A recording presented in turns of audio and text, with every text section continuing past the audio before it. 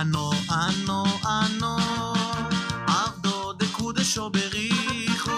Ano, ano, ano, Avdo de Kudesho Berichu. Ano, ano, ano, Avdo de Kudesho Berichu. Ano, ano, ano, Avdo de Kudesho Berichu. Ano, ano, ano, Avdo de Kudesho Berichu. Ano, ano, ano, Avdo de Kudesho Berichu. Ano, ano, ano, Avdo de Kudesho Berichu. Ano, ano, ano, Avdo de Kudesho Berichu.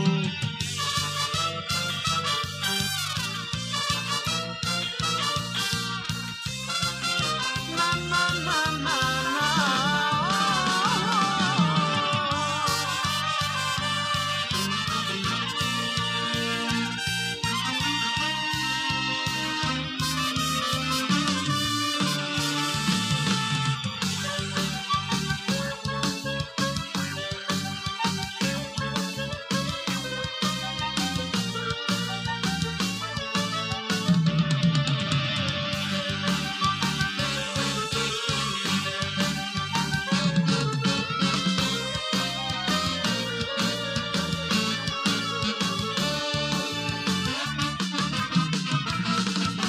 Ano, ano, ano, Avdo de Kudesho Berichu. Ano, ano, ano, Avdo de Kudesho Berichu. ערב טוב, בעזרת השם נעשה ונצליח והשם עלינו ברחמיו ירביח. הערב יהיה לרפואה שלמה בנפש, בגוף, במוח, במהרה. לאנגוצ'ה, בת מלפיה, תזכה לשמחה תמידית לעבודתו יתברך. רפואה שלמה מעולה, בפרט בלב מהרה למלפיה, בת בוסנה. תזכה למור עיניים מהרה ולא תזדקק לעזרת בשר ודם. בלחש.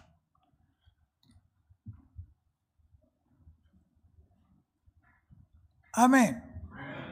לעילוי נשמת חיים נגר בן ברכה בהוריי מנוחתם עדן. אנחנו מתחילים סדרה חדשה נקראת מפתח הרצונות, פרק א'. לא אחת שואלים אנחנו את עצמנו למה זה קורה. יש לנו תכנונים יפים, ואם הקדוש ברוך הוא ייתן לי לעשות את התכנונים, הוא ירוויח מזה. למה לא מתחשבים ברצונות שלי? למה אני מלא באכזבות? נכון, יש לפעמים רגיעה בזמנים של נועם, אבל באופן גורף לא כך דמיינתי את מסלול חיי. כדי לענות על השאלות האלה נצעד אחורה לבדוק מה גורם לציפיות בנפשנו. מה השלב בנפש שמוליד את הרצון והציפייה לדבר כזה או אחר? מישהו מכם יודע תשובה לעצמו על זה?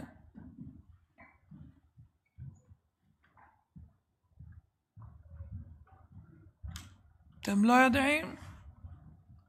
למה יש לכם ציפיות לכל מיני דברים? מה השלב בנפש שהוליד אצלכם את הרצון והציפייה לדבר כזה או אחר? אתם לא יודעים מה גורם? מה? הוא אמר יפה, משהו חסר. אף אחד מאיתנו לא רוצה להרגיש חסר. פעמים רבות קונים חפצים שהם לא שימושיים, ויודעים שאולי ישתמשו בזה פעם אחת, במצב שאולי יהיה חסר. החסר הוא השלב המקדים לכל ההתחלות. את היסוד הזה אנחנו רואים בבריאת העולם. כשרצה הקדוש ברוך הוא לברוא את העולם, אומרים חכמים זיכרונם לברכה, היה בונה עולמות ומחריבן. רבי נחמן מברסלב, זכותו תגן עלינו, אומר, מחמת עוצם הקדושה של השם יתברך, נעשה שבירת כלים, כלומר נשברו העולמות הגשמיים, לא הצליחו לעמוד באור הגדול של השם הגדול והנורא. מה עשה הקדוש ברוך הוא? פינה חלל וצמצם את אורו לצדדים, ובחלל הפנוי הזה ברא את העולם. כלומר, השם יתברך ברא לאחר מכן את כל הבריאה בצורה של יש מאין. הביא אומר מהעין, מהחסר, נהיה יש. אז כמו בבריאה, כך גם אצלנו. היש מתחיל מהעין. היש נולד מהחסר. איך זה עובד? אדם מרגיש חוסר כלשהו,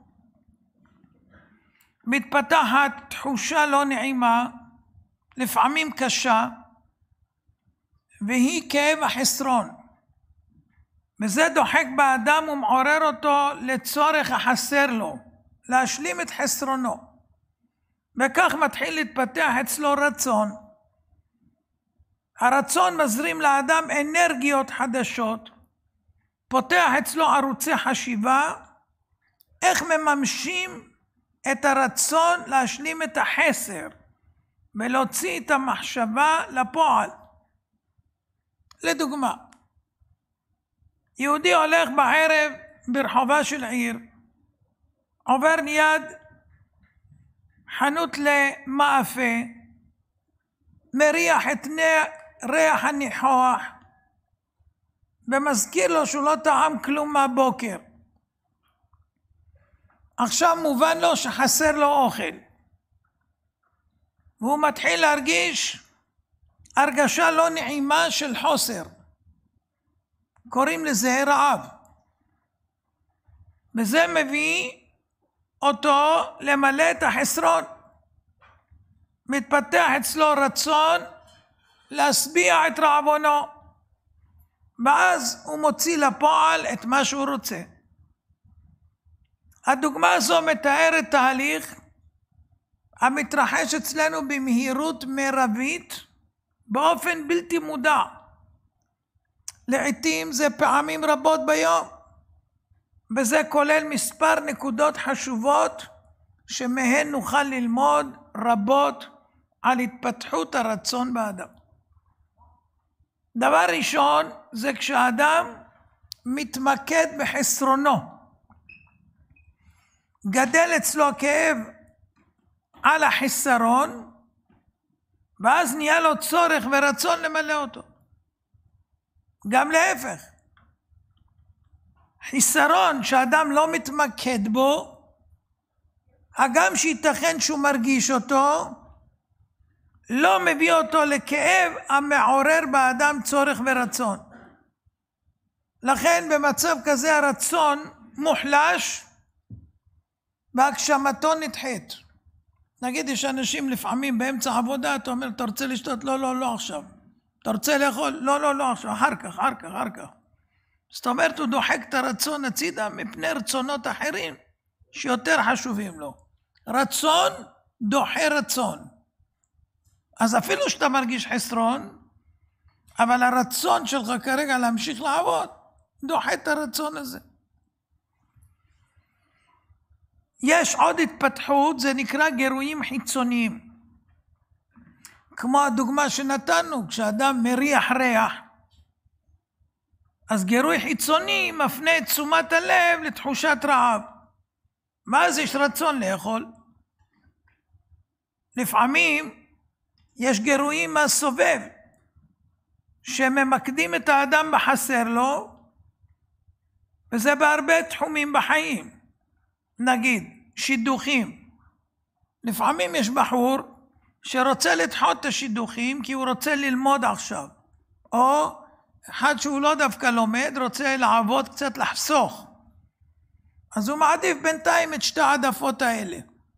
ואכן הוא מוכן לדחות את השידוך. אבל פתאום הוא רואה שכולם עקפו אותו, כל החבר'ה כבר מתחתנו, חלק עם ילדים, ואז נהיה לו לחץ, והוא מרגיש את החסר שהוא לא נשוי. ואז הוא רוצה להגשים עכשיו את הרצון הזה, אבל לא בגלל שהוא באמת רוצה. הגירוי החיצוני מבחוץ, שכולם כבר נשואים, מפעיל עליו לחץ. ואז הוא מרגיש חסר, בשונה מאחרים. ואז הוא רוצה להתחתן. קוראים לזה לחץ סביבתי. כולם מכירים את האמרה שהטוב ניכר מתוך היעדרו. הפירוש שאדם מרגיש את הטוב אם קדם לו חסרון. כשמתמלא החיסרון נעשה לו טוב. נגיד, עייף, שינה, עוני, עושר, רעב, סובה, קודם החסר ואחר כך ההשלמה. כשאדם נתקל בחיסרון, יש לו גם הרגשה של ביזיון קצת, אני חסר. בשלב הזה מתעורר רצון למלא את הרגשת החוסר שהוא חווה. וכשמצליח למלא את החיסרון, מרגיש מילוי עצמי וסיפוק. איך אנחנו קוראים לזה? הכל טוב. כלומר, טוב זה השלמת החסרונות. מה המצב? הכל טוב. מה זה הכל טוב? לא חסר כלום, ברוך השם, הכל טוב. הגמרא בעירובין י"ג מתארת מחלוקת בין התנאים, הלל ושמאי. האם טוב לאדם שנברא או לא טוב שנברא? מסקנה, לא טוב שנברא. היה עדיף שלא נברא. כי רוב האנשים לא מנצלים את הטובה שהשם ברא אותם להיות צדיקים גמורים ולקבל גן עדן. הרוב סוטים מהמטרה שהם נבראו, מתחברים לעולם הזה, משקיעים הכל בעולם הזה ושוכחים שיש להם תכף יציאה מפה לעולם הבא.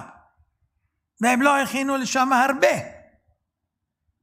וגם יש להם עוונות ועבירות. אז מה טוב להם שהם נבראו? רצו להביא אותם לפה שיזכו לגן עדן, בחיי העולם הבא, ושיהיו הכי קרובים לשם יתברך. מה הם עשו? שכחו את זה. ומתעסקים בהבלי העולם, בדברים שהם לא ייקחו. וכשהם יוצאים, אם יש להם זכויות, יערב להם, אם אין להם, מסכנים. יצטרכו לעמוד לדין ולהסביר מה עשיתם פה. אז לכן קבעו חכמים, שטוב לו שלא נברא. אז מה, אבל נבראנו, מה נעשה עכשיו? יפשפש במעשיו. עכשיו שב, תעשה מאזן. אתה חיובי או שלילי? כמו שיש מאזן שנתי, גם עכשיו ראש השנה, מאזן שנתי. איך עברה השנה? אתה בא עם זכויות יותר או עם עוונות יותר? לפי זה יקבעו לך איך תראה השנה הבאה. וככה זה גם כל החיים. אחרי שאתה גומר את החיים, יש מאזן של כל החיים.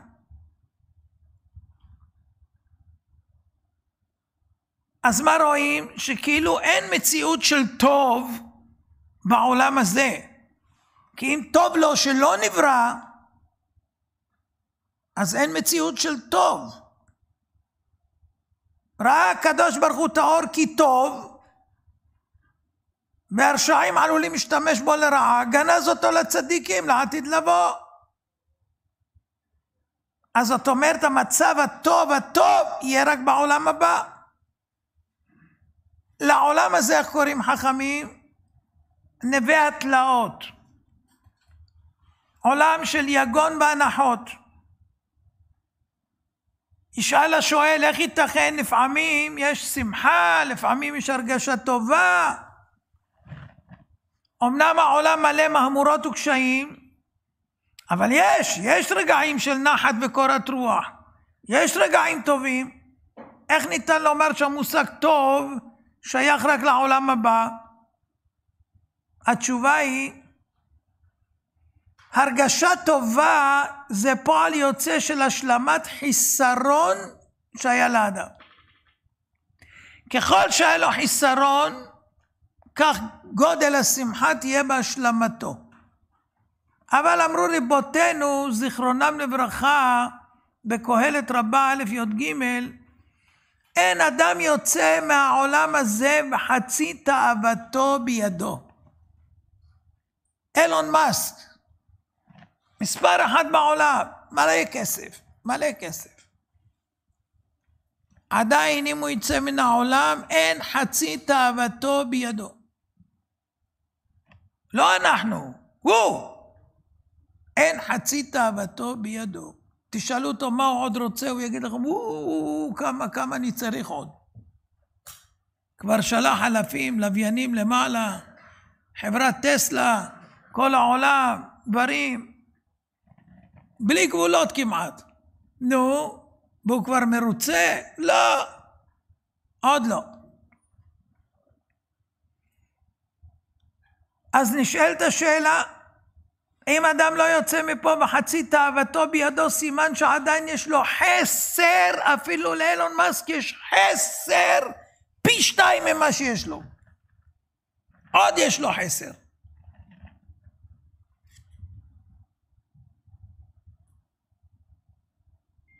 לכן ברגע הראשון שהשגנו איזה דבר שמאוד רצינו, נרגיש שמחה גדולה. כאילו הגענו כבר לטוב שציפינו לו. אבל אחרי כמה רגעים או ימים, דועכת הרגשה טובה, ולפעמים מתחלפת בתסכול. אחרי שאנחנו מגלים בעצמנו שעדיין קיים בנו חוסר תהומי. סתם ניקח דוגמה.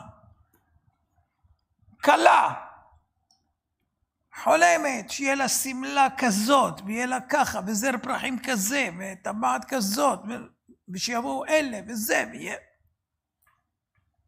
יום אחרי, אולי יש כבר אלבום והכל, וזה, ואז רואים את התמונות, וזה לא מוצא חן, וזה לא בא, והיא ככה, והיא לא אמרה לי, והוא נתן, וזה בקושי, וזה לא זה. ופתאום נהיה חוסר עכשיו מכל הטוב שהיה, נגיד שיצא כל מה שהיא רצתה, מה, אחרי זה היא 100% נשארת עם זה ככה כל השנים? אחרי כמה ימים הכל דועך. ואז נזכרים בחוסרים. לדגים היה קצת ריח, אמרו לה כמה אורחים. חבל שלא היה זיתון שחור. אחר כך אמרו לה ככה, אחר כך מתחיל כל החוסרים, התברר שהיה חוסרים. ואז יורדת ההרגשה הטובה שהייתה ככה בשיא. ככה זה אצל אנשים. אפילו שמשלימים את החיסרון, אחרי ימים, זהו. הלוואי שיהיה לנו 2 חדרים, אנחנו גרים בחדר עם 4 ילדים. נהיה 2 חדרים, נהיה 2 חדרים, חסר, רוצים 4 חדרים. יש 4 חדרים, רוצים 2 קומות. אף פעם אתה לא... הלוואי ויהיה לי אוטו, אפילו טרנטה. אחרי הטרנטה הוא רוצה משהו יותר, ואחר כך זה, ואחר כך זה, זה לא נגמר, לא נגמר, לא נגמר, אף פעם לא נגמר. איך זה מתחיל? כשהיינו ילדים. ילד בן 3 רואה כולם נוסעים על בימבה. ואז הוא רוצה גם כן בימבה, בימבה, כל הזמן הוא בוכה בימבה, בימבה. ואז הוא ירגיש שיש לו אושר מהבימבה. קנו לו. אחרי זה אומר, מה זה בימבה? אופניים, אופניים, אופניים. יעשה אותי מאושר, קנו לו אופניים. אחר כך הוא ראה קורקינט חשמלי. מה אני צריך לפנדל ואיזה חשמלי. אחר כך הוא גדל עוד קצת, אז הוא רצה אופנוע. ואחרי אופנוע, אומר, עכשיו יש לי 4x4, ג'יפ. זה נגמר? לא נגמר. אחר כך הוא רוצה קורס לעוף באוויר. כן. יש כאלה שלא הצליחו להמריא. הרצון הוא חלק בלתי נפרד מחיינו. כבר בהיותנו תינוקות, התפיסה הראשונית של כל תינוק, זה אני המרכז. כולם מסביב בשבילי. תינוק כבר מבין את זה. תינוק, לא מבוגר, תינוק. אחר כך הוא מגלה שיש לו אבא, אמא וקרובים. אבל הוא במרכז, כולם משרתים אותו. בחודשים הראשונים הוא בוכה בשביל כל דבר שהוא צריך. עם הזמן הוא מבין שהבכי מממש את רצונותיו. ככל שהוא לא מפסיק לבכות, הוא מקבל עוד, כי לא יודע מה הוא רוצה. אז אומרים לו גם וגם. ואז הוא מתחיל לפתח רצונות. אז התינוק מבין שהוא יחיד עלי אדמות, הרצון שלו אגואיסטי, מה ששייך אליו, מה שיעשה לו טוב מעניין אותו, כל השאר לא מעניין אותו. ראיתם פעם תינוק שבוכה, למה לאמא שלו יש חובות בבנק? ראיתם פעם תינוק שבוכה, למה אבא עובד קשה? הוא רק בוכה אם נפל לו, לקחו לו, לא נתנו לו, לא הרימו אותו. הכל דואג רק לעצמו. רק לעצמו. זה הרצון שלנו מאז שאנחנו קטנים. זה לא השתנה. הרצון שיהיה לנו טוב מלווה את האדם לאורך כל חייו. רק כל פעם לא בצורה אחרת. כל אחד שיצא לאוויר העולם הגיע לבד חסר כל. כל שלבי ההתפתחות תלוי בהורים. הוא לא יכול לדאוג לעצמו, לא לאוכל, לא ללבוש, לא יכול להתנהל וללכת לאן שהוא חפץ. פשוט חסר יכולת. לכן הרושם הראשוני שחווה אדם כשמגיע לעולם, אני חסר. איך הוא מגיב כשחסר לו? בכי. ועם זה הוא משיג הכל. הוא משדר לסביבה מצוקה. משלימים חסרונו, הוא נרגע. ככל שהוא גדל, מאמץ חסרונות על פי הסביבה כפי שהיא משדרת לו, כהודעה על מצוקתו. ואז מתחלף בדרישה חד משמעית האומרת, מלאו את רצוני. מכאן ואילך זה המודל שמלווה את כולנו במהלך חיינו. מרגיש חוסר, בודק מה הטוב שישלים את חסרונו, מפתח ציפייה שימלאו את רצונו, ומפעיל את הגורמים שיגשימו את רצונו. העובדה שנולדנו חסרים בצורכי הגוף ידועה לנו, זה לא חידוש. אבל יש עוד חוסר אחד שמגיע וחזק יותר מחסרון הגוף, זה חסרון הנפש. הנפש כוספת ומתאווה להתחבר לשורש ולהגיע לשלמותה ותיקונה. בראייה מרחבית ניתן לראות שההמצאות הגדולות ביותר שהמציאו עד היום בעולם באו למלא את החיסרון שהיה נעדר מאיתנו. למשל, חוסר ניידות מהירה עורר את הרצון להמציא כלי תחבורה. החושך שהיה תמיד בלילות יצר את הרצון לפתח אור, נורות חשמל וכו'. כך התפתחה הרפואה, תקשורת, השכלה ועוד למלא חסרונות שהיו בדורות קודמים. לפי זה ניתן להבין, מקום שרואים התפתחות ענפה מעיד על חיסרון גדול מאוד קודם. רבים מכירים את ההרגשה של ריקנות וחוסר שקט פנימי. ככל שהאדם פחות מנותק מעצמו על ידי גורמים חיצוניים, כגון המדיה שגונבת לאנשים את החיים, או עשייה מופרזת וקדחתנית, אז אם הוא יהיה פחות מוסח ומנותק מעצמו, הוא יגלה שהנפש שלו רעבה, רעב נפשי, משהו חסר לה. לא אוהבים להרגיש את זה. בדרך כלל כשאדם מרגיש ריקנות, הוא מנסה להשתיק אותה בכל מיני דברים שיספקו לו אשליה רגעית. נגיד, אין לו מה לעשות, אז הוא חושב, מה אני אעשה עכשיו? הוא לא יודע מה לעשות עם עצמו. טוב, אני אצלצל לזה, אני אצלצל לשם, אני אצלצל לשם. אין לו כבר למי לצלצל, טוב, יפתח רדיו, יראה טלוויזיה, יעשה משהו. אין לו, הוא ריק. אם אין לו עשייה גשמית, האדם הזה אומלל. ריקנות רוחנית. אדם מצליח בחיים, עושה רושם שלא חסר לו דבר, יש לו כסף, מעמד, משפחה מוצלחת, אבל לפעמים קורה דבר מוזר. הוא עושה חשבון, מה יש לי? והוא מרגיש חיסרון. והוא נהיה מדוכדך, ומעמיס על עצמו מטלות כדי לסתום את החלל הזה שנוצר לו. והוא לא מבין מה זה החלל, למה יש לו חלל. אבל הוא מרגיש, הוא קורא לזה חלל, הוא בעצמו קורא לזה חלל. אני מחפש את עצמי. מה זה אתה מחפש? מה אתה לא יודע איפה אתה? מה זה מחפש את עצמי? בפנימיות שלו הוא מרגיש שאין לו בסיס.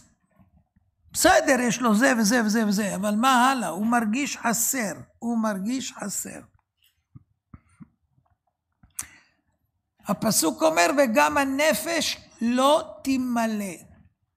הנפש היא רוחנית אינסופית, והיא רוצה ממין הנפש. מין הנפש זה רוחניות. הגוף צריך אוכל, הנפש צריכה רוחניות. אז כשיש לאדם רוחניות, הוא ממלא את עצמו. יש אנשים הולכים לכיוון של שירה. שירה זה גם דבר רוחני, אז אצלהם זה ממלא אותם, שירה. יש אנשים חוכמה, אז הם לומדים הרבה ספרים והכל. לא דווקא בשביל עסק או משהו. לומדים, אוהבים ללמוד, למלא תוכן רוחני, וכן הלאה. אבל לא כולם יודעים מה לעשות עם הזמן הריק הזה, ולא יודעים מה התכלית.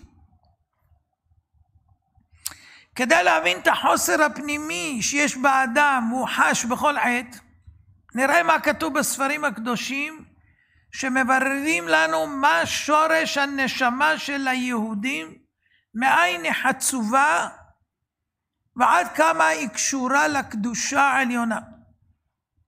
נשמת היהודי נאצלת מתחת כיסא הכבוד.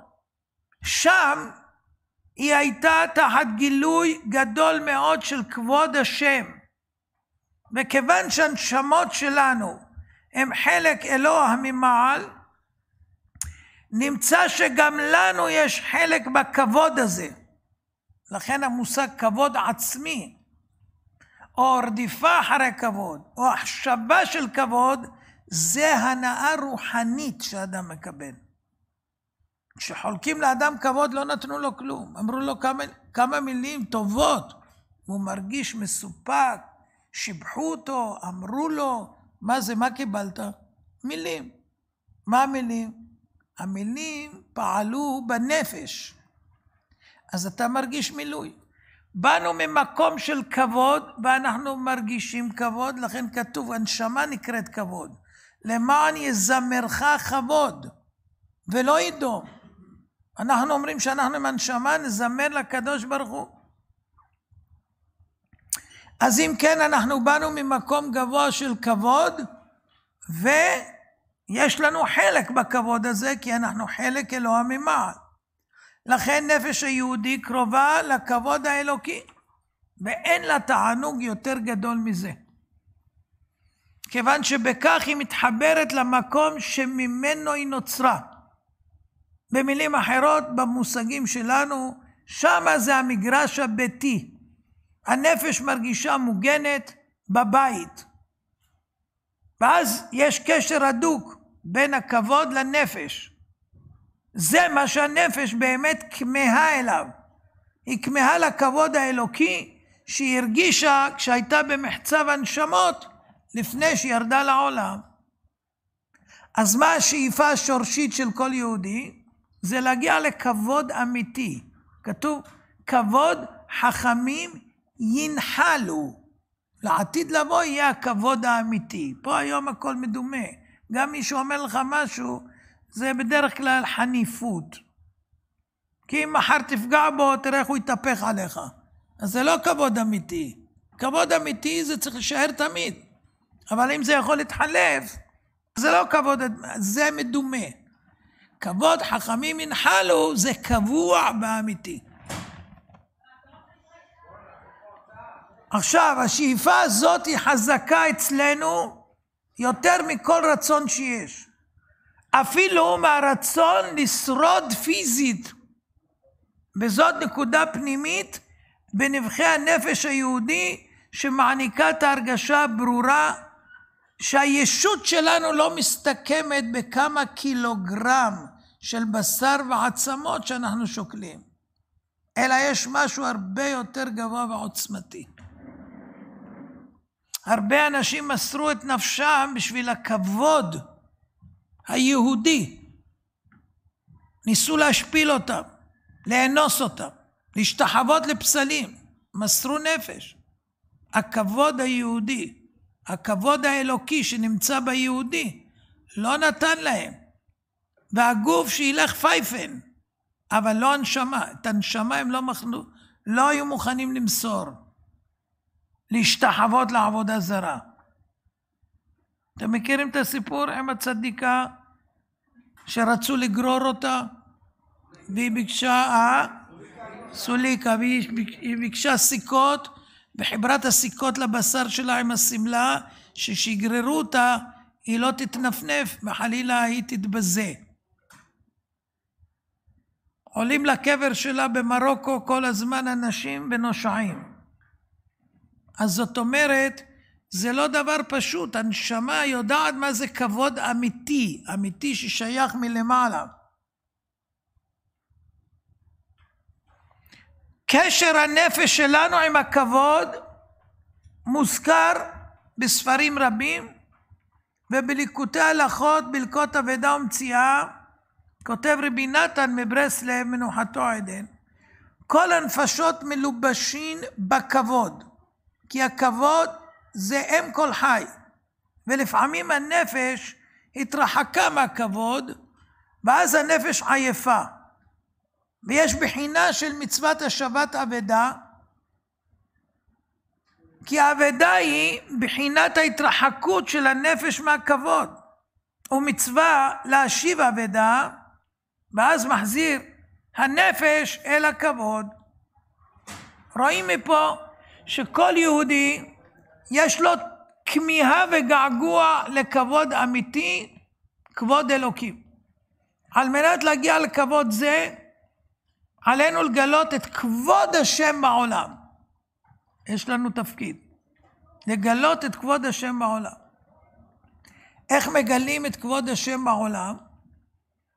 הדרך היא בשני מישורים.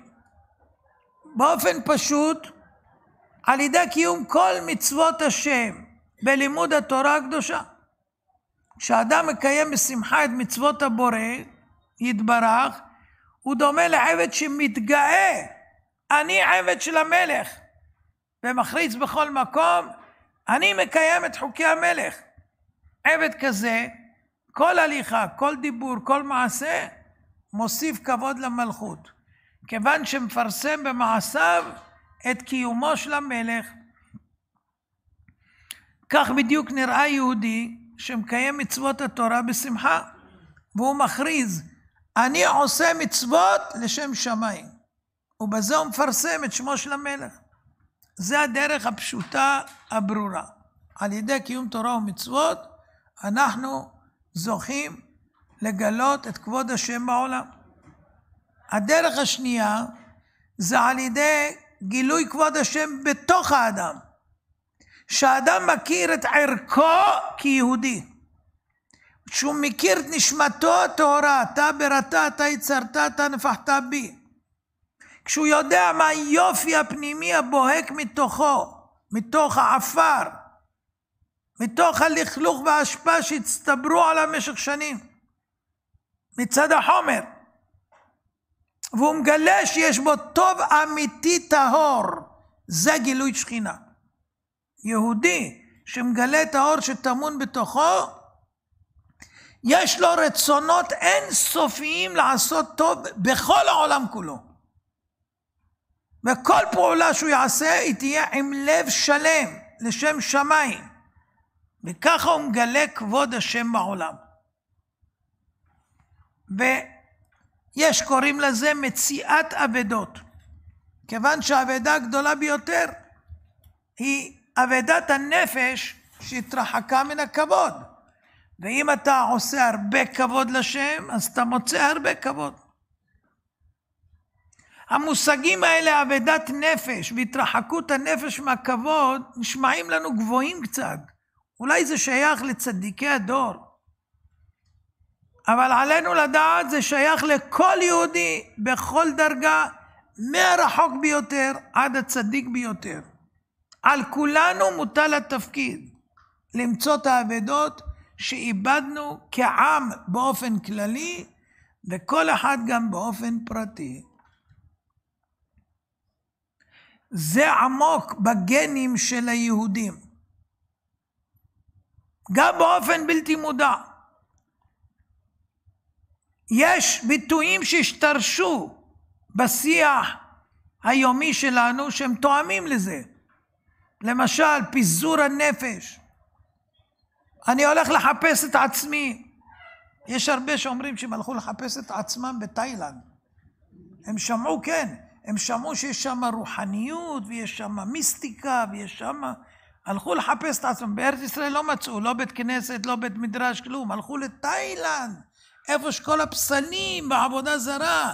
לחפש, נכנסו לבודה, נכנסו לפה, מחפשים את עצמם. יש כאלה אחרי הצבא, זה חוק בא לעבור, הולך לחפש את עצמו אצל הגויים.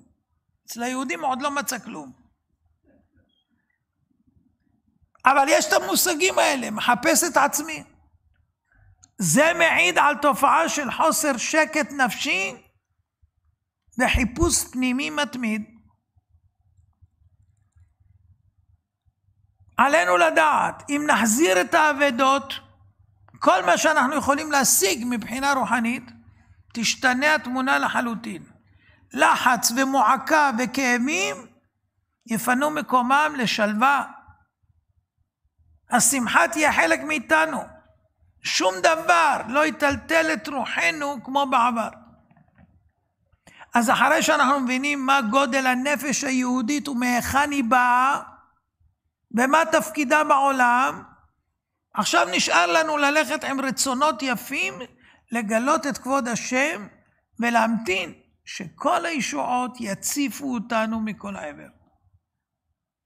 אמנם זה לא פשוט, כי יצר הרע לא יושב על זרי דפנה ומחכה מתי נגיע לטוב הנצחי ולשלמות של נפשנו. ודאי שלא, התפקיד שלו לקלקל.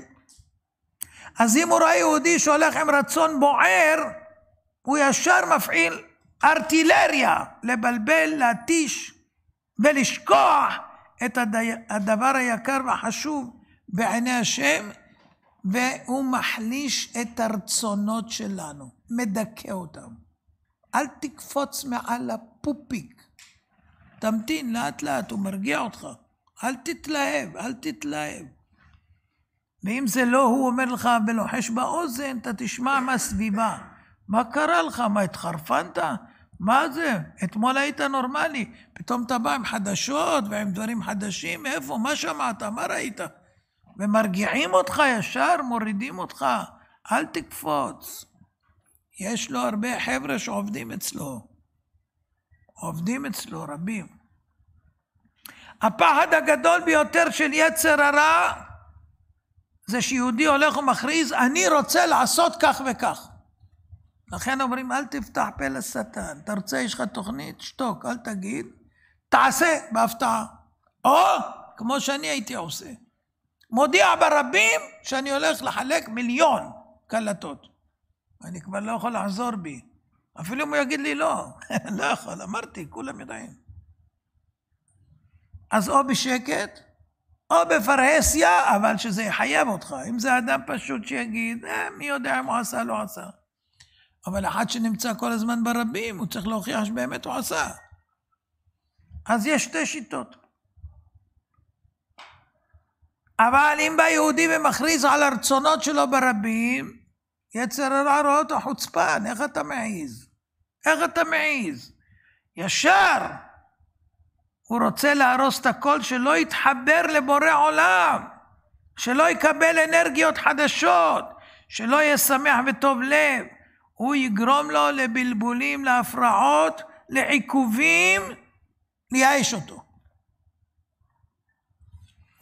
באדם שכן יצליח לעבור את המכשולים שלו, הוא ירגיש השגחה פרטית בסייעתא דשמיא, כי הקדוש ברוך הוא שמח על כל התגברות שלנו על היצר הרע המעכב. כשאנחנו מדלגים מעל העיכובים, אז אנחנו עושים נחת רוח לבורא. כשאדם מחליט לעשות באמונה שלמה, זה מחדיר בו כוחות, ומתגלה האור היקר בנשמתו, וזה תמון בכל יהודי. תמון בנו גילוי כבוד שמיים, זה המטרה. כל הנקרא בשמי ולכבודי, ברטיב יצרתיו אף עשיתיו. לא בראתי את היהודים, סתם. עם זו יצרתי לי, תהילתי יספרו. ולך נאה להודות. אנחנו נבראנו לפרסם את שמו של הקדוש ברוך הוא בעולם. כי מציון תצא תורה ודבר השם מירושלים. אנחנו העם הנבחר שקיבל את התורה, וצריך להאיר לעולם החשוך. זה התפקיד של היהודים. והגויים מעריכים את היהודים, אפילו שהיהודים עכשיו לא במצב הכי טוב, אני אומר בעדינות לפני ראש השנה. ומעריכים את הבייבל, בהולי לנד והכל. אנחנו צריכים להעריך את עצמנו. והבעיה שיצר הרע מצליח להדחיק את הדברים, ולהריץ את האדם לעמול על דברי הבל שלא יישאר לו מהם כלום. וגם לא יסתפק בהם, תמיד ירצה עוד, ואף פעם לא יניח לו לנוח.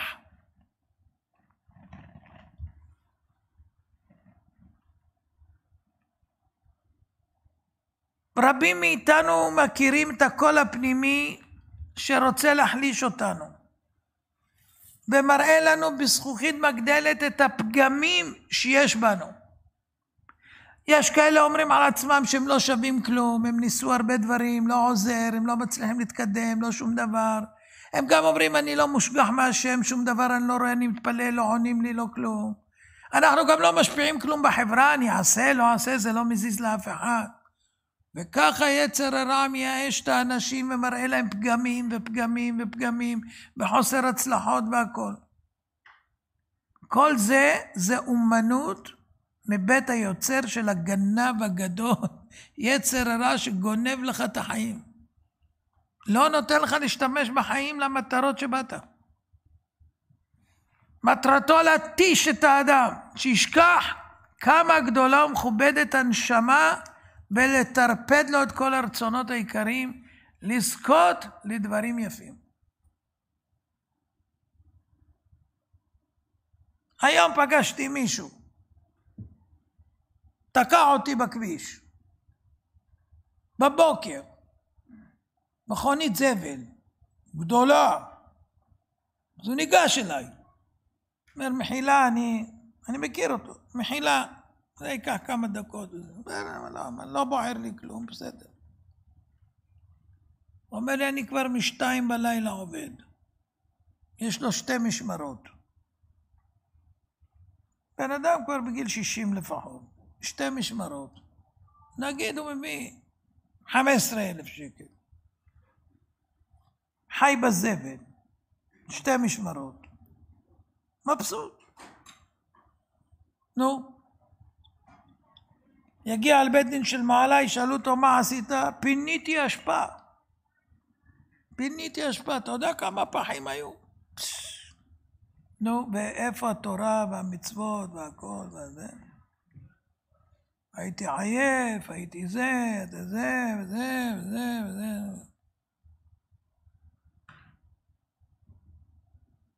לא שלא צריך אנשים כאלה, צריך.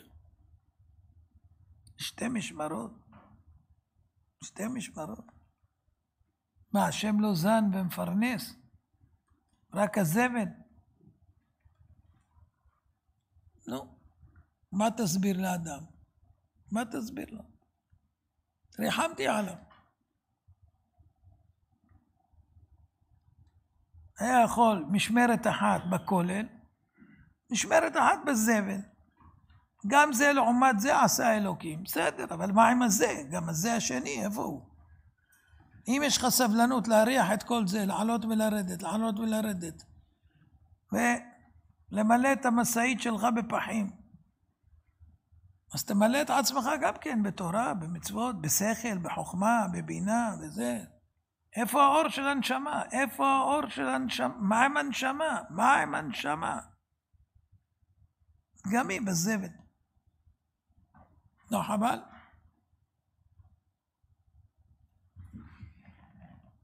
אבל זו האומנות של יצר הרע. צריך לחיות, צריך לעזור לילדים, צריך אחריות.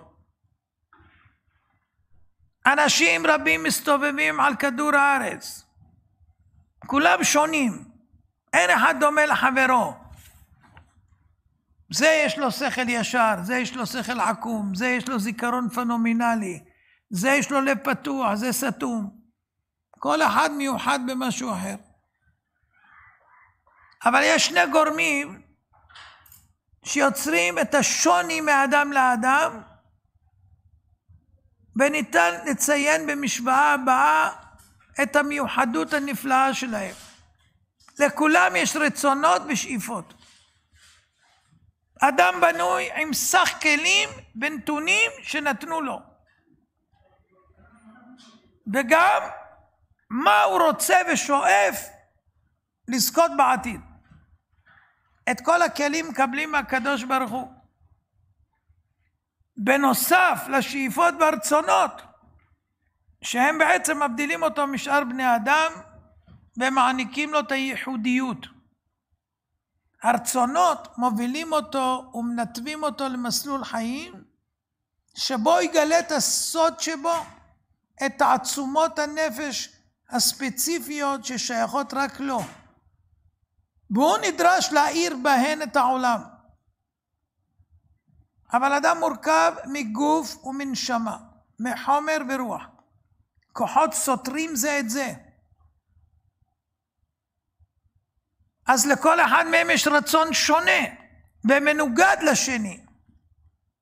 בכולם, הגוף והנשמה, הם מתבססים על החוסר שקדם להם. יש חסרון של הגוף ויש חסרון של הנפש. שניהם רוצים להתמלא ולהרגיש השלמה של החסר ולהגיע לטוב מיוחל. מכאן עד סוף החיים יש מלחמה סמויה בין הכוחות הללו, והאיזון ביניהם הוא ככה: כשאחד מתגבר השני נחלש. אם החלק הגשמי בכם דומיננטי, בהכרח זה בא על חשבון הרוחני. מסבירים את זה חכמים ככה: פה זה נקרא החומר, פה זה נקרא הרוח. אתה נמצא באמצע. אם אתה הולך לרוח, זה על חשבון החומר. אם אתה הולך לחומר, זה על חשבון הרוח. אתה מתרחק מפה. איך ידע אדם לחזק את רצון הנשמה הקדושה ולהעפיל למעלה, להכיר בגדולת הנשמה ולהתחבר עם היוצר? אז צריך להכיר את טבעם של 2 סוגי הכוחות והרצונות. אנחנו נוכחים בחיים בשינויים ותנודות ברצונות. יש רגעים של אור, שהרצון שלנו מרוכז בלעשות את רצון השם. ברגעים אלה מרגיש אדם טוב לו עם הסובב, הלב שלו פתוח, רוצה להשפיע, לעזור לכל מי שרק אפשר. מנגן תפילות בדבקות, לומד תורה במתיקות, משוחח עם השם. אבל יש זמנים של דעיכה ברצון, ואז ממוקדים בהנאות הגוף, רדיפה אחרי דברים גשמיים, ואז עבודת השם יורדת הילוך, ואז פחות הסביבה מעניינת, וגם עבודת השם בלי סיפוק. שני הרצונות האלה מעורבבים בנו, כל פעם רצון אחר גובר, וזה גורם לנו להתבלבל. מי אני? מה אני רוצה בעצם? אחד אומר, תשמע, אני מרגיש שיש לי פיצול אישיות. איך יכול להיות יום אחד אני רוצה קדושה, יום שני תאוות? מה זה, אני שני אנשים? מה יש בי? גלגול, עיבור, מה יש בי? התשובה לא, אתה אדם נורמלי. יש בך גוף ונשמה, ושניהם רוצים למלא את החסר. הרצון הרוחני מקבל סיפוק ממעשים טובים, ממצוות. וגם כשאתה רוחני, אתה רוצה לעזור לזולת.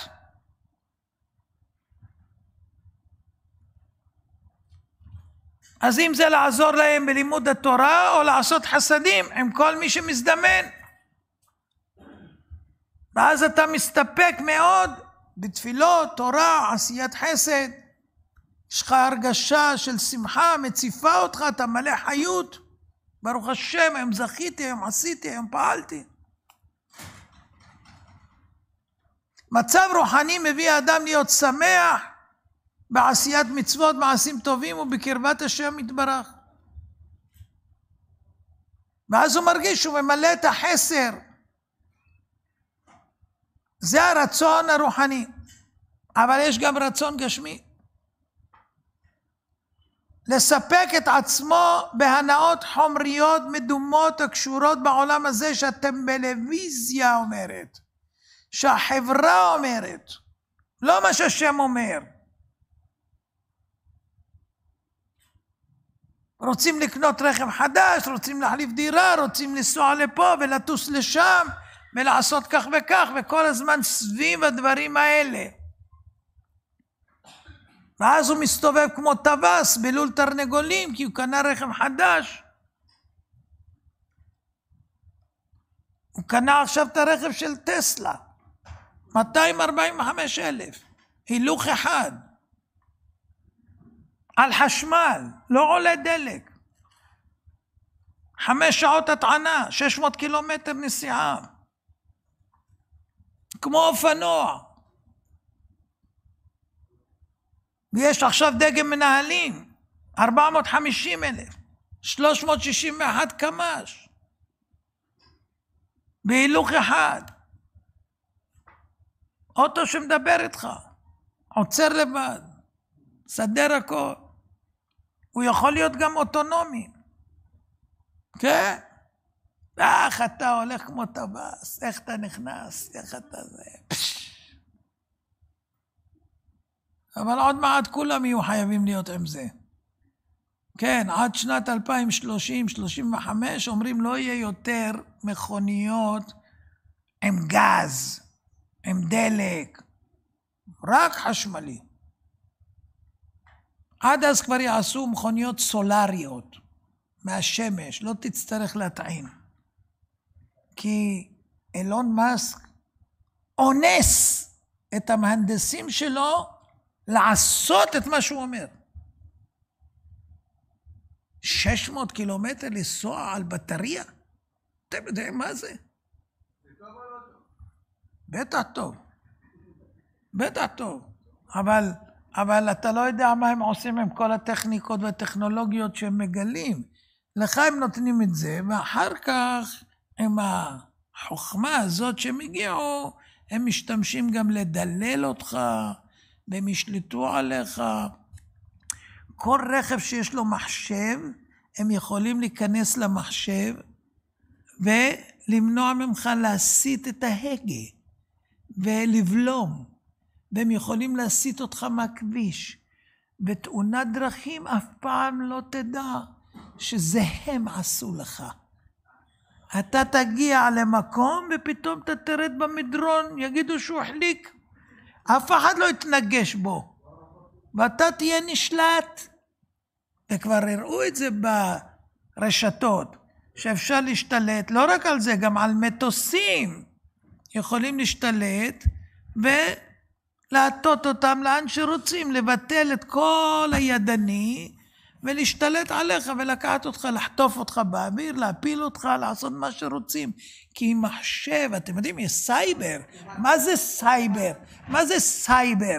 זה חדירה לרשת. איפה שאתה נמצא, מקודד ושמור והכל, חודרים, מבלבלים אותך. מה עשתה ישראל לאיראנים? נכנסה להם למחשבים, בלבלה, שרפה להם את הצנטריפוגות, חרבשה להם את הכל, בלי להגיע לשם בכלל, מתל אביב. מאיפה שהחבר'ה שם? כן. הכל טוב, אבל גם לך יכולים לעשות את זה. זהו, אז זה עולם שאתה לא ברשות עצמך. גם בטלפון שלך שומעים אותך, מצלמים אותך, גם שהוא סגור. גם שהוא סגור, זהו. אז תדע, וגם קרינה מעבירים לך משם, וגם תדרים, ויכולים לשגע אותך. ועם 5G אתה עובד. כן, יג'ננוק, כן. הם שולטים היום על כל האנשים בעולם. אתה מצולם, אתה מזוהה. הנה אתה רואה, הבחור שרצח את הזקנה ביפו, מצלמות ישר גילו אותו, כן, תמונה, צ'יק צ'ק, יודעים את מי מחפשים, כבר יודעים איפה הוא בכפר, צ'יק צ'ק, הכל צ'יק צ'ק, אתה לא יכול לזוז. כן, במערכת זיהוי פנים, כמו הסינים עכשיו בישראל, בחנויות. אתה זוכר ששמו לך אקדח בראש אם יש לך חום? אתה זוכר? זהו, זה היה ניסוי לראות עד כמה אתם מפגרים. ומוכנים לשים את הראש, יבדקו לך את החום, כאילו מה אתה נושא? איזה מחלות כבר יש לך, אתה מבין? זהו. כל זה ניסוי לפני שיכריזו שאתם עבדים. רסמי, זהו. זה היה ככה בין השיטים. אדם שנמצא במדרגה רוחנית נמוכה, סבור שמה שיעשה לו טוב, זה אם יגדיל את החומר והנאות הגוף. ואז הוא רודף אחרי הנאות, בשביל לסתום את החסר ברוח. וזה שוחק את הטוב. והוא אומר לך, אני נהנה מזה, אני אוהב את זה, וכו', וככה, הוא מכסה את עצמו כאילו יש לו פול טיים ג'וב, ובסדר, רוחניות כן, אני מתפלל, יש לי שיעור פעם בשבוע, אני מקפיד, פעם בשבוע. בטח, מצוין, ואשתו מדליקה נרות, לפעמים אחרי שנכנסה שבת, אבל היא לא מוותרת על הנרות, היא לא מוותרת. אז אף על פי שהמחשבות מהסוג הזה נשמעות לנו רחוקות ותלושות ממושגנו, עלינו לדעת שהרצון להנאה מהעולם הזה מתעורר אצל כל אחד, חוץ מצדיקי הדור האמיתיים. כולם מחפשים תנאים נוחים להעביר את 70 שנה, אם אפשר, גם בעשירות וכבוד. לא הייתי רוטשילד, יא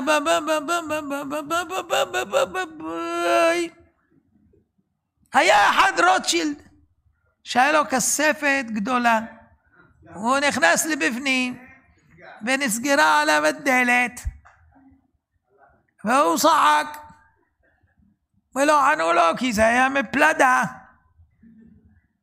אז הוא כתב פתק, העשיר הגדול בעולם מת מרעב. לא הייתי רוטשילד, יא בבא, כבר ידעו איך לשיר, יא בבא, הלך הבן אדם. המחשבות האלה שגויות מיסודן. מי שאחראי לשתול לנו את הרעיונות האלה זה יצר הרע. מה יש אם יהיה לך גם כסף וכבוד ויהיה לך זה ויהיה לך, מה יש, מה זה אסור? מה יש איסור בזה? לא, אין איסור, למה אתה אומר שיש איסור? אבל הוא מכשיר לך את זה כאילו, אם אתה מפספס את זה חבל, סתם, אתה יכול להיות גם וגם וגם וגם וגם. זה נקרא כוח המדמה. יצר הרע יכול לתת לך דמיון, שהכל בהישג יד, רק תעשה כך וכך, ואתה תגיע כמו כולם. בינתיים, הוא הרחיק אותך מהמטרה האמיתית, הוא ישקיע אותך בהצלחות אפילו, הוא יסכים שתצליח. רק אל תחזור בחזרה לרוחניות. ואז הוא מדרדר אותך עד שאתה לא יהיה לך זמן אפילו להתפלל. כלום. כלום. זה הבסיס שלו.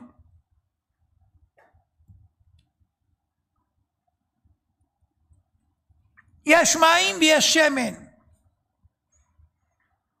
אם אני רוצה להגביר את המים ואני שופך לתוך החבית, כנגד המים שאני מכניס, שמן יוצא.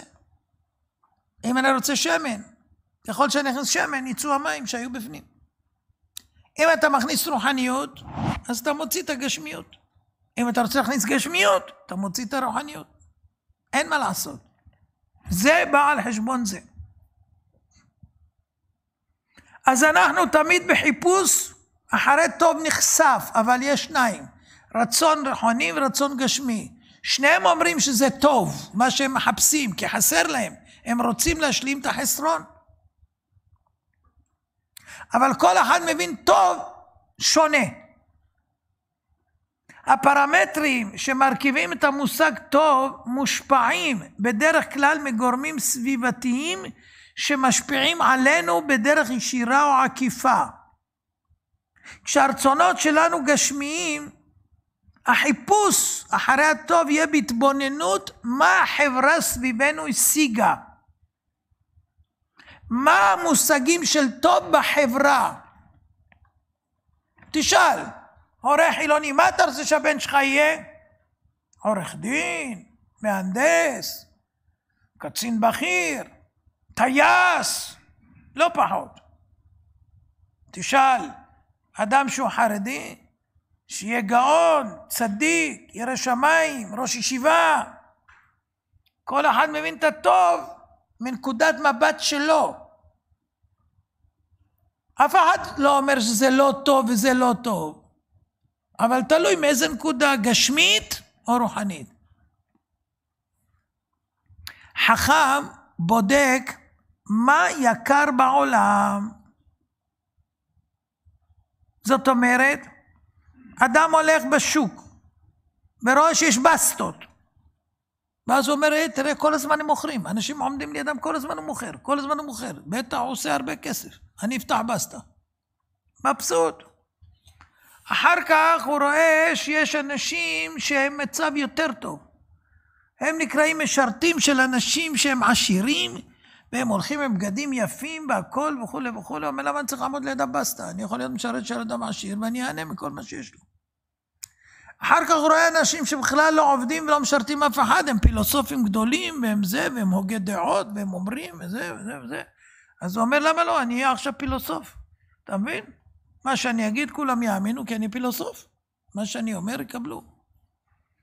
וככה האדם כל הזמן מחפש איך לשדרג את עצמו, תלוי באיזה תחום, באיזה מבט.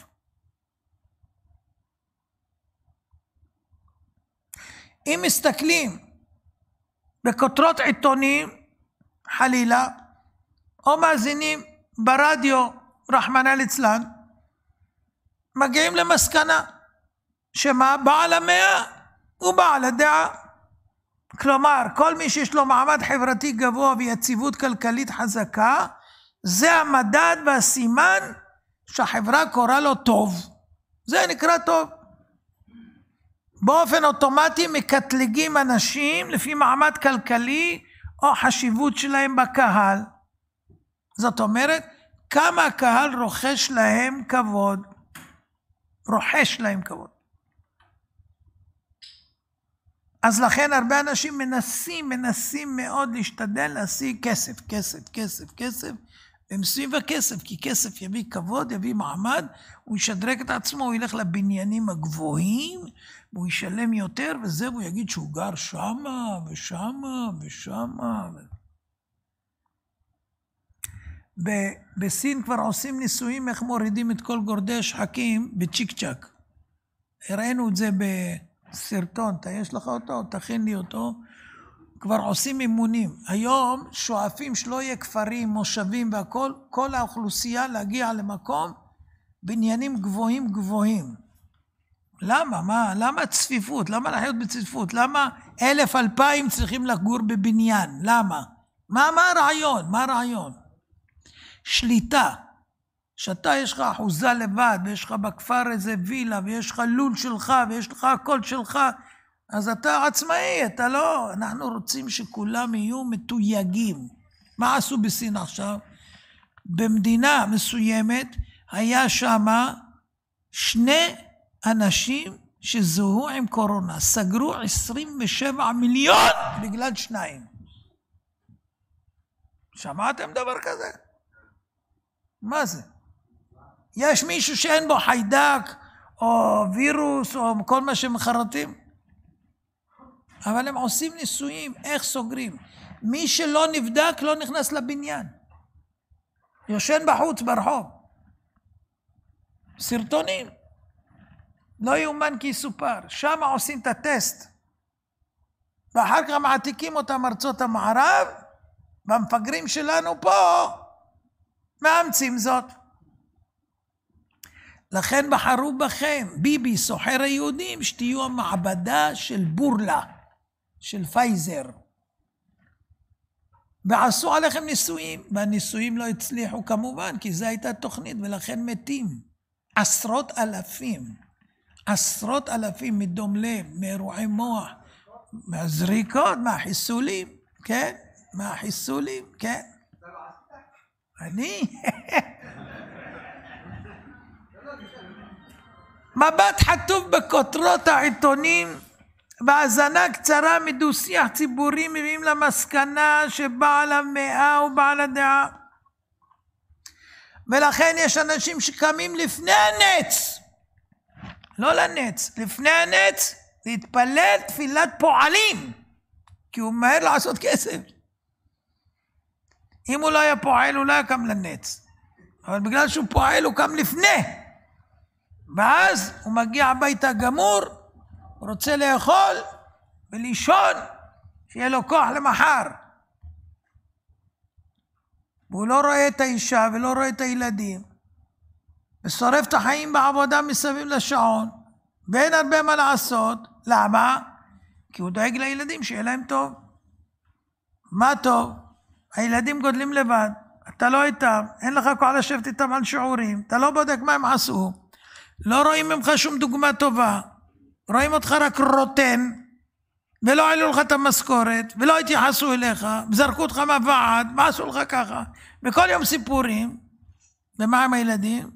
בסוף הילדים מגיעים לחברה קלוקלת, כי אין מי שישגיח, ואין מי שאכפת, ואחר כך את כל ההשקעה שהשקעת, זה בתי משפט, ולשחרר אותם, בעורכי דין, ומסתבכים.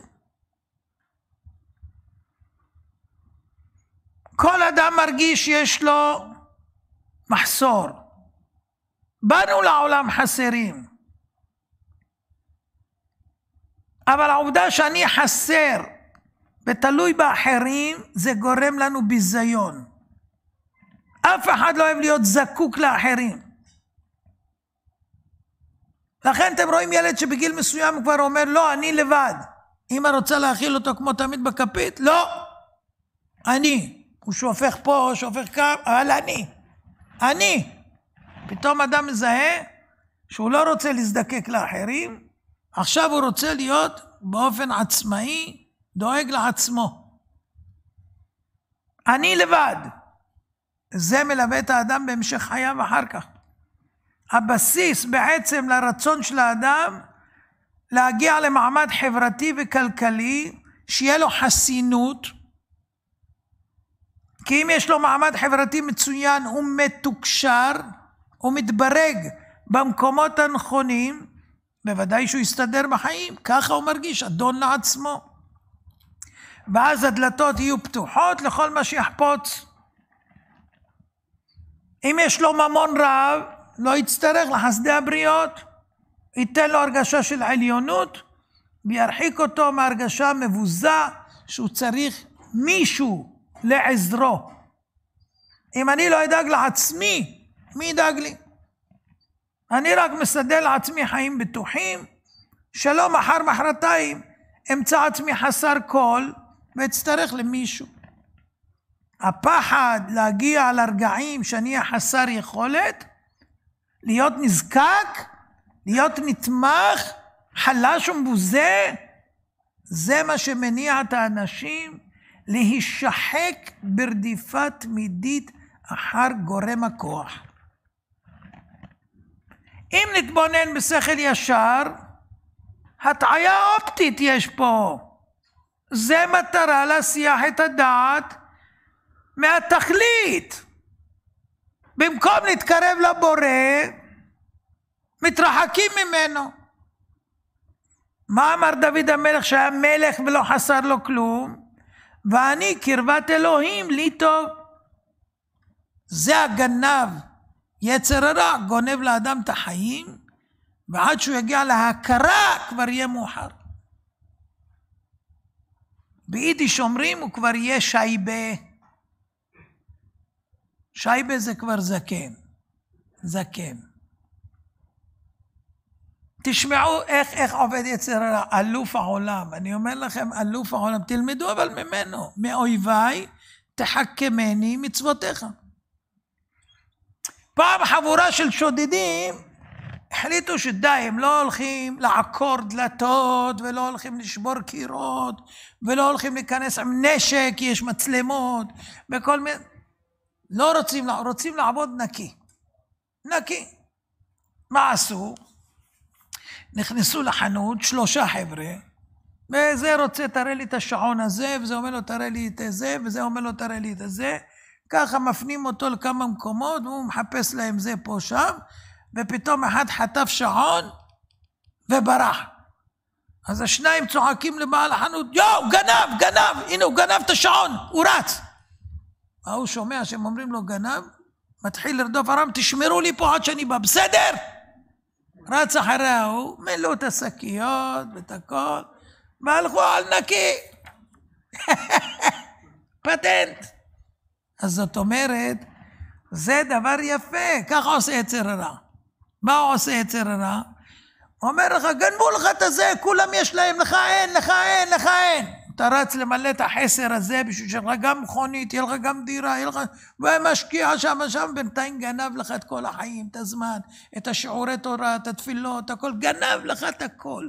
לא השאיר לך שום דבר, כי אתה תרוד עכשיו, שמה להשיג את מה שלקחו לך כאילו.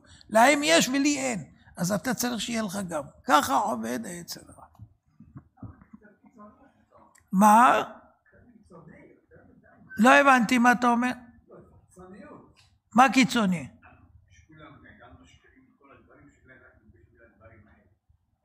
תן לו, הוא בחור נחמד, אני רואה, הוא שואל שאלות יפות.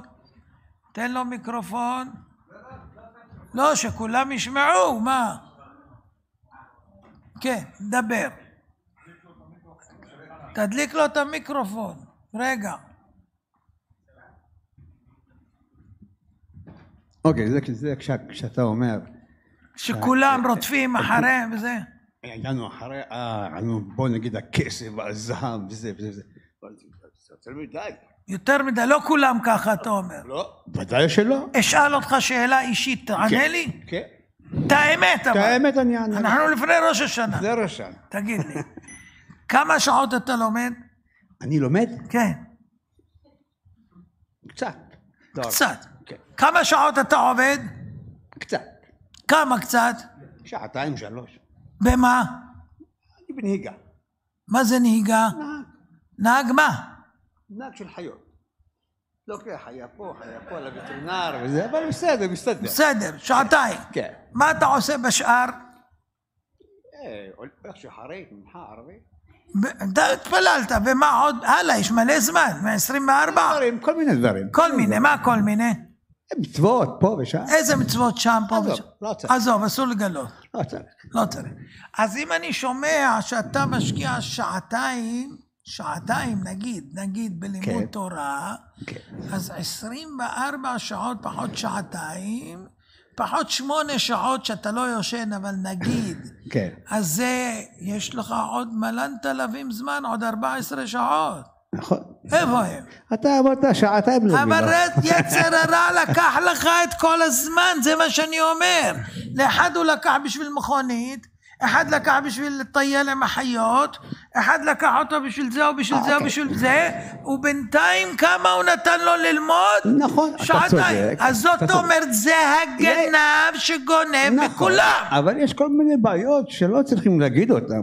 אנשים לא... הוא מייצר אותם, הוא מייצר בעיות, אין בעיות. רגע, שנייה. כן. יש בעיות פנימיות שאנשים לא הולכים לספר לך אותם. לא הבנת. כל יום יש לך 14 שעות בעיות? אני מדבר... לא, עליך. מה? אנחנו בודקים, מתי יש לך 14 שעות עדיין פנויות? לא שמעתי מה אתה מנצל אותם להתבורך. אבל 14, כל יום, אתה יודע כמה הוא הפסיד אותך? זאת אומרת, אם אתה חי 70, 40 שנה הוא לקח לך בסיבוכים. בסיבוכים. אתה יושן 8 שעות, מתוך 72 שנים, אתה 24 שנים נתן לך לישון. מה? לא הבנתי, לישון? לישון? אם יושנים 8 שעות, מתוך 24... פעמים לא, זה כבר לא בסדר, 8. אז זה כמה זה? זה שליש מהחיים. אם אתה חי 72, 24 שנה רק גלק תישן. אתה צריך כוח למחר. ברוך השם. כן, אבל תראה, 24 הלכו, ועוד 14, ועוד, מה נשאר? זה הגנב שגונב את החיים של האנשים. ברוך השם. מניח תפילים כל בוקר. ברור, זה בתפילה. מברך. כן. כל הברכות. זה כל ברכה שעה. חגים. פעם בשנה, כל הכבוד. פעם בשנה, יובי, הוא שומר חגים פעם בשנה. הכל טוב, ברוך השם. הכל טוב, זה מה שהוא אומר. מה שעושים, הכל טוב, בדיוק. מה שאתה עושה זה טוב. לא דברים רעים. בטח שלא. אמרנו רק בזבוז של הזמן. אם הוא גונב לך את הזמן בלי עבירות, הוא הפסיד אותך מכל השכר המגיע לך בכמויות. כי הוא מומחה גנב גדול, והוא גם הרוצח הגדול. את כולם הוא השכיב בבית קברות. גם את הכי גדולים בעולם הוא השכיב. זהו. וזה המטרה שלו. שתאבד את הזמן, והוא ילשין עליך למעלה, תראה יתבורך. נתת לו 24, תראה, אין לו זמן בשבילך. אם אני בא אליך עכשיו הביתה, ואני מביא לך מתונו, מה המתנה? בונבוניירה. ויש בה 24 שוקולדים. ואני אומר לך, אפשר לקפל 1 או 2, תיתן לי? כן. למה? למה לא? למה כן? מה, זה טעים. מה, טעים? בטח טעים. תאכל לבריאות. עכשיו, מי הביא לך את הבונבוניירה? אני. ואני מבקש 2, ואתה אומר למה לא, נכון? אם בורא עולם נותן לך 24 שוקולדים שעות כל יום, אתה נותן לו רק 2 בונבוניירה, 2 שוקולד? לא מגיע לו יותר? לא, זה יום בשר, יום בשר. הוא נותן לך כל יום 24. כל יום, אבל זה... כל יום. אבל לא כל יום דומה ליום הרע. לא, הוא הביא לך שוקולדים. מה אתה עושה איתם? זה אתה. לפעמים 2, לפעמים 4, לפעמים 6. אל תגזים. בקיצור, הגנב גונב. אתה תעשה איתי, חכם. תגיד לו, אני לא מוכן להפסיד. אני מסכים איתך.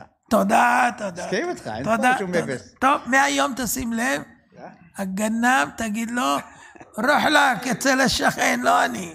אני כבר הבנתי את הפטנט שלך. כן. עכשיו, על מנת שנצליח להוקיע מלבנו את האמונה הזאת, שמי שיש לו כוח גשמי, בהכרח הוא בטוח ומוגן, ולא ימצא את עצמו כחסר, אינה אמיתית. לעתים דווקא דבר שאדם בוטח בו הוא המניע למפלתו. לפעמים אדם גורם הכוח שיש לו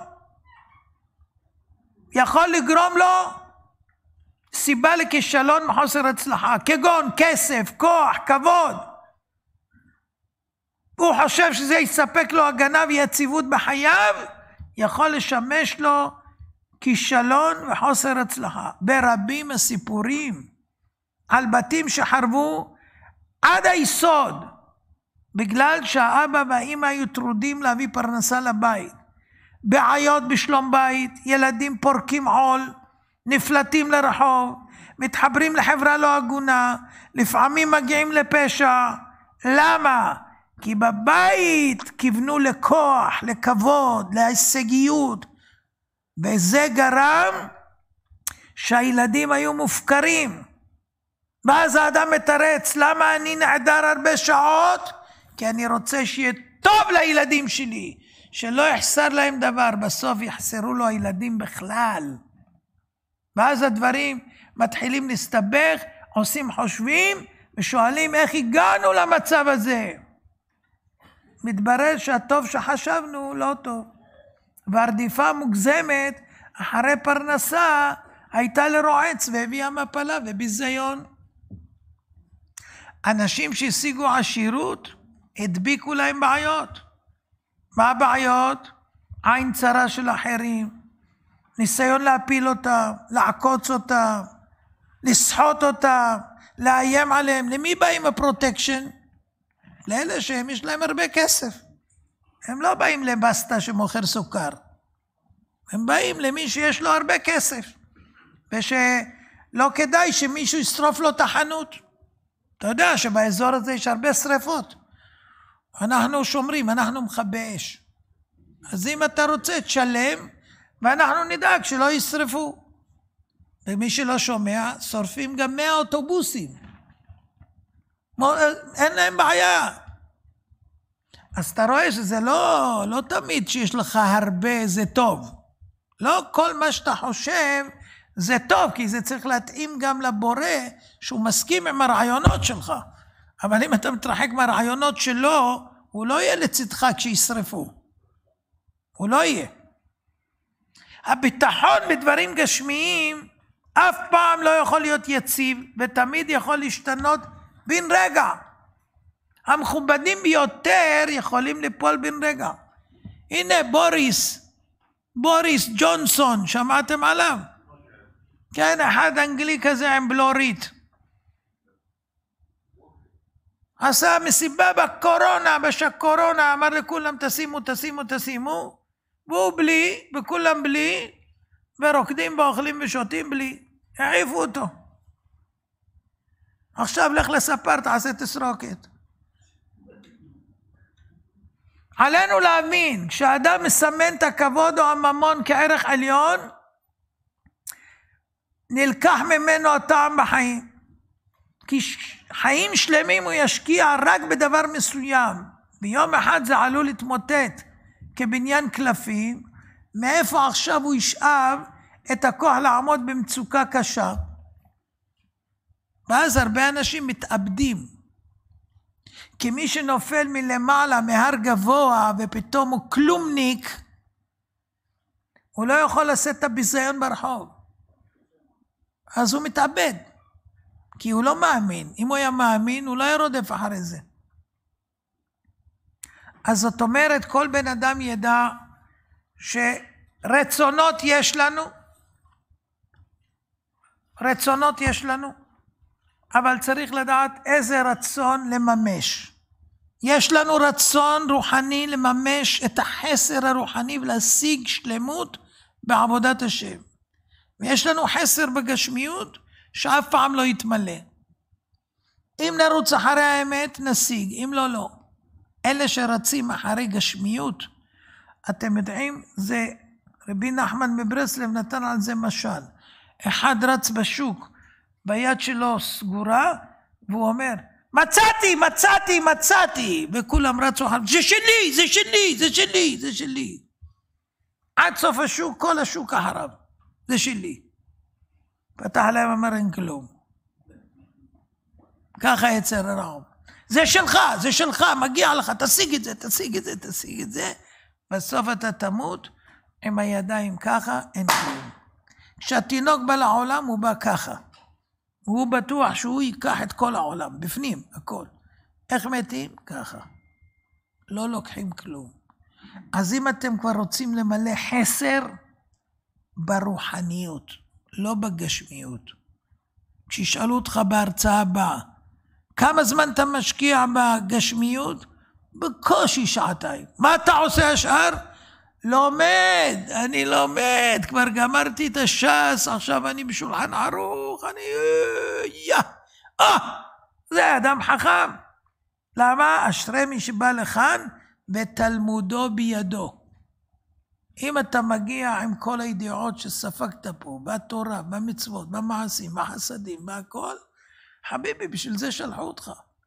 כי הגוף נגוף, רק הנשמה נצחית. היא באה וחוזרת. עם מה? מה היא לוקחת? רק רוחניות.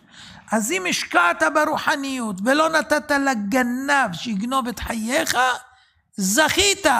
אם לא, התפקיד שלו להשקיע אותך ולהראות לך תרוץ, תשיג ביטחון, יציבות והכל, ובסוף עושר שמור לבעליו לרעתו. עד כאן, מי שהבין, אשריו. מי שלא, בהרצאה הבאה.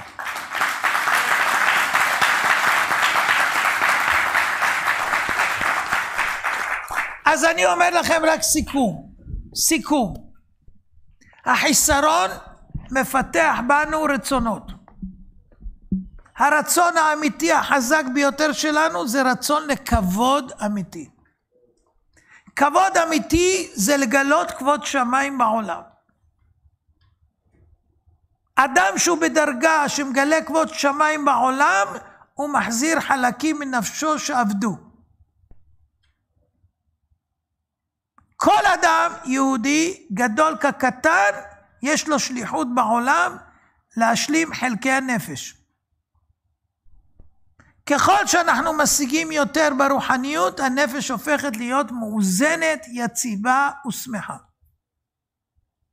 כשיש לנו מורל גבוה, זה יאפשר לנו לעבוד השם ביישוב הדעת, למרות כל מה שקורה. כשאדם במצבי משבר צריך להכריז על רצונות מחודשים ברוחניות, הוא מרעיש את השמיים, ומן השמיים יעזרו לו לחלץ נשמות רבות הנמצאות ביד הסטרה אחרה. תזכרו שמולכם עומד מלאך, קוראים לו יצר הרע, שרוצה להשכיח אתכם מהמטרה שבשבילה באתם. ואם יהודי שוכח מיהו ועד כמה יקרה נשמתו, הוא יחלש מורלית ברצונותיו ידעכו. מישהו רחוק מרצונות רוחניים הוא חסר חיות. לכן מדוכדך, מיואש ואינו שבע רצון. אז תלכו על זה, למלא את החסרונות ברוחניות. שאלות בבקשה. כן. יש למעלה שאלה.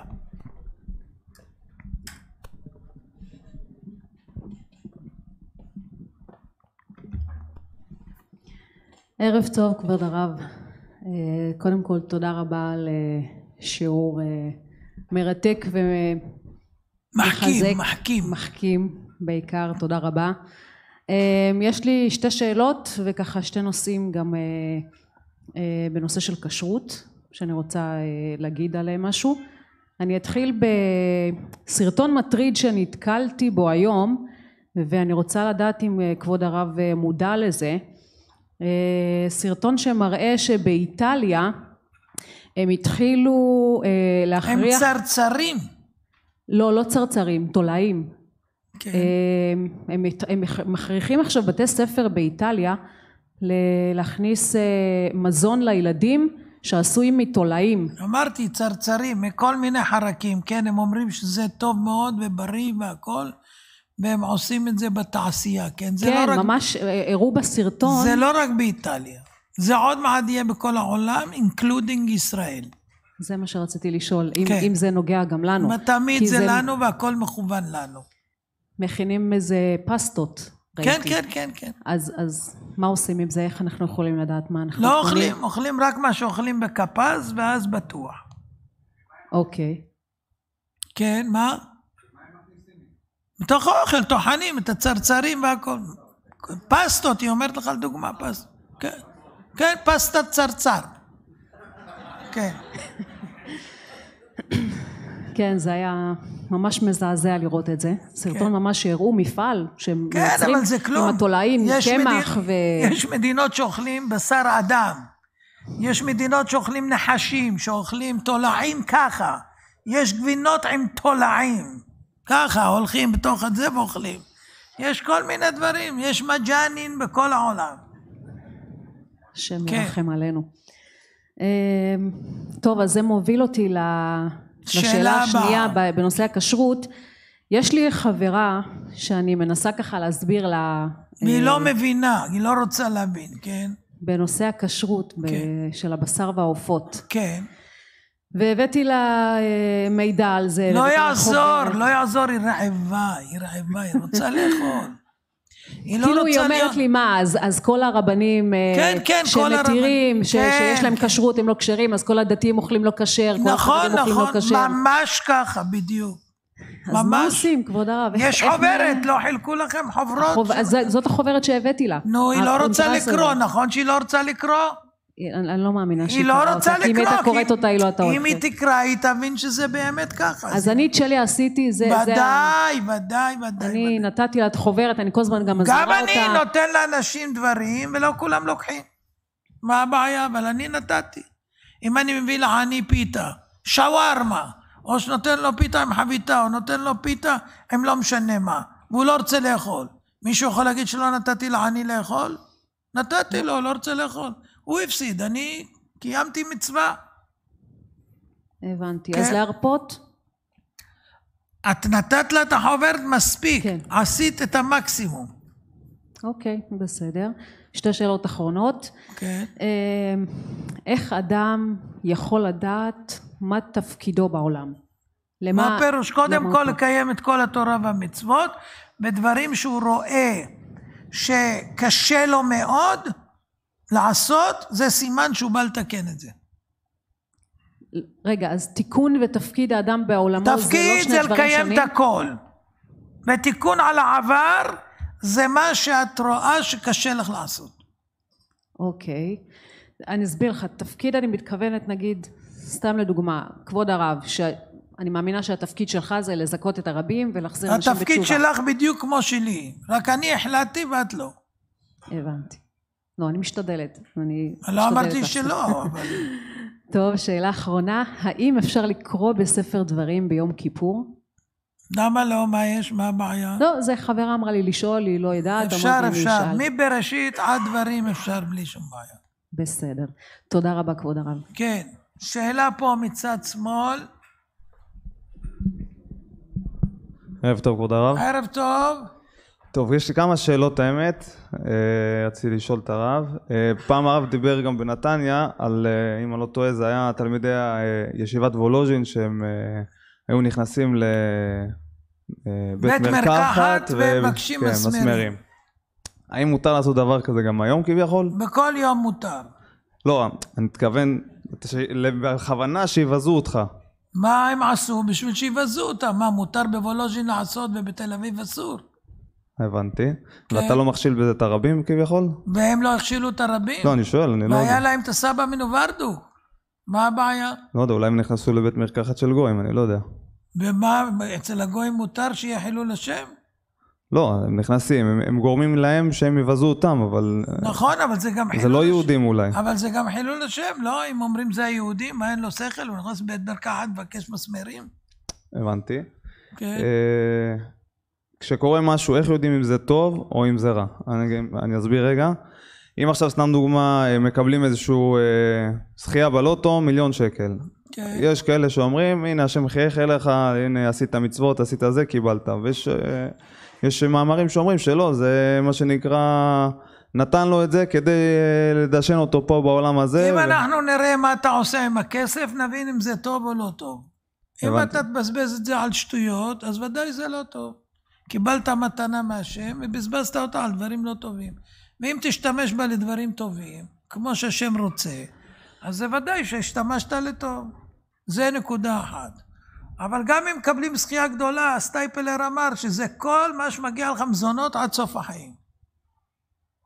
מה הכוונה? זה הכוונה.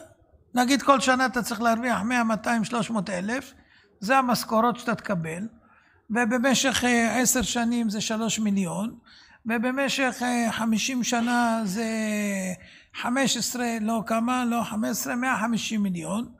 אז אם אתה תקבל 150 מיליון בארצות הברית בזכייה, אז קיבלת את כל מה שמגיע לך כל החיים בבת אחת. הבנתי. שאלה קטנה, הבנתי, שמעתי איזה רב שאומר כאילו על שילוב ידיים, שאסור לשלב את הידיים בצורה כזאת כאילו. הלוואי שהוא יקפיד בלשון הרע ובראייה אסורה, כן. לא, אני לא יודע, הבנתי שזה מפסקי תשובות רשום. בסדר, אנחנו לא אומרים שלא, זה לאורך זמן, אבל לא אם אדם עשה ככה או ככה וככה, כבר תפסו אותו וכבר כל הדינים עליו הוא אבוד. אז מאיפה זה נובע ההלכה הזאת? לא מערבים דין ברחמים. הבנתי. ימין זה רחמים, שמאל זה דין. לא, הוא לא אומר שזה איסור עכשיו גם, הוא כאילו רק... מה אכפת לנו? אנחנו אומרים עכשיו, שאלת את השאלה, קיבלת תשובה, כן. ואם הרב אולי יכול לעורר על נושא של פרוסבול אולי. מי שרוצה שמי שחייב לו כסף, יישאר חייב לו כסף, אז צריך לעשות פרוסבול. אם הוא לא עושה, אז השביעית משמטת את החובות, והוא לא חייב לך כלום. ואם תתבע אותו, אתה גזלן. אז לכן עושים פרוסבול, תקנה שתקנו חכמים, בשביל שהאדם יוכל לקבל את החובות, כי שנה שביעית משמטת חובות. זהו, אז יש תופס, ועומדים בפני 2 או 3 דיינים, ועושים את זה, וככה... צריך לציין גם שזה, גם למי שיש אפילו כסף בעובר ושב, והוא לא הלווה לאף אחד, אבל יש לו כסף. כמו שאתה רוצה, העיקר שעשו פרוסבול, מי שלא יודע, יצלצל לבית דין או לאיזה רב, ויעשה את זה צ'יק צ'ק, זה עד ראש השנה. כן. הבנתי, ואשמח שהרב יברך אותי לגזירות טובות, לי, לאשתי, למשפחתי. אמן. אמן, חן לאמור. תודה. כן, תן לבחור פה. הרב שואלת את... פה.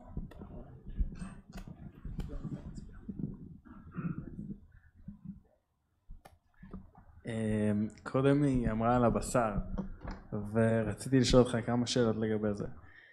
אחד זה לגבי כל המועלים והסופרי סתם, זאת אומרת שכל מן הסתם כל הספרי תורה הם כמעט פסולים היום.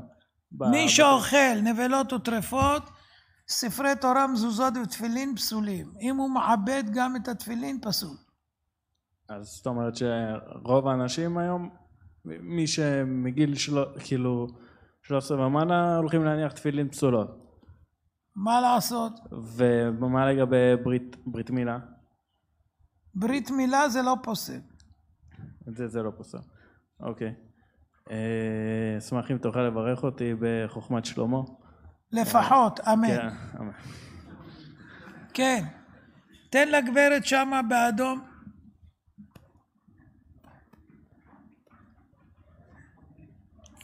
הנה מטפחת אדומה. שלום כבוד הרב. שלום. רציתי אם אתה יכול לברך את אמא שלי, יש לה... מה השם?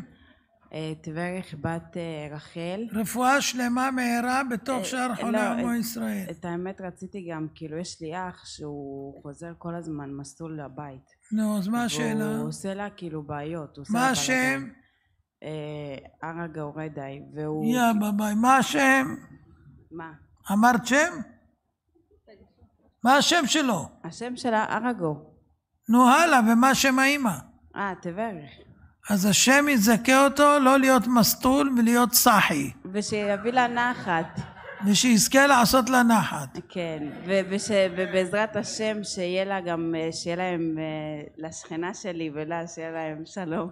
שיהיה לה שלום בשכונה עם השכנות. בעזרת השם. ורציתי להגיד לך המארגנות של ההרצאה, אז הם רצו להגיד לך שיהיה לך שנה טובה, לך ולכל המשפחה שלך. תודה. והם רצו להגיד תודה רבה ושהם זכו בהרבה ניסים. אמן, תודה. כן, תן ליהודי פה עם הכובע.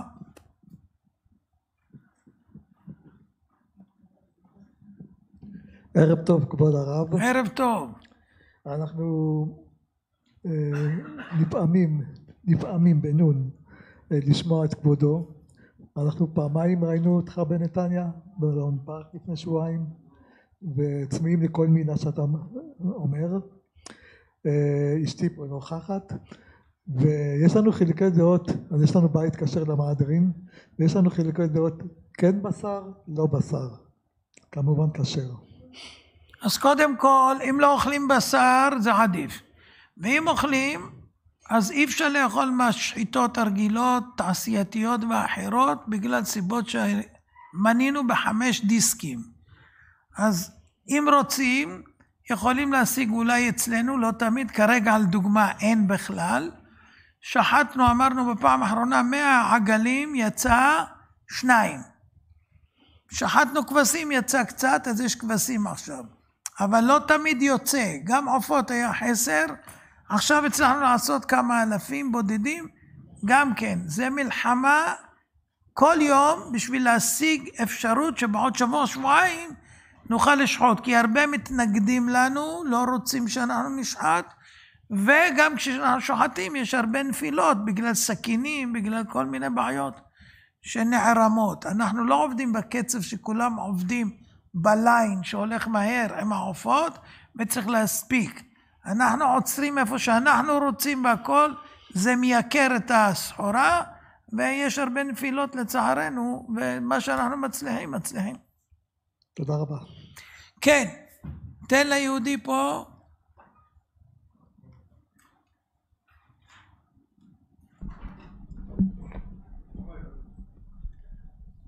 כבוד הרב, ערב טוב. ערב טוב.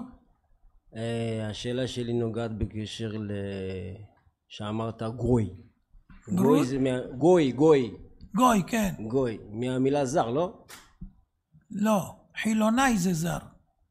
חילוני זה זר, ומה זה גוי? גוי, זה גוי. יש גויים, עמים שלמים, שהם לא יהודים, נקראים גויים. כל מי שהוא לא שייך לעם הישראלי. כן, זה גוי. הבנתי. תודה. כן, שאלה נוספת, תן לגברת פה בירוק.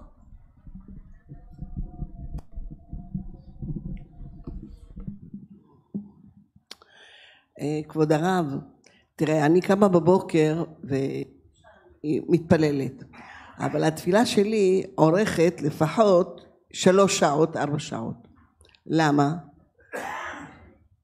נרדמת? אני נרדמת בתפילה.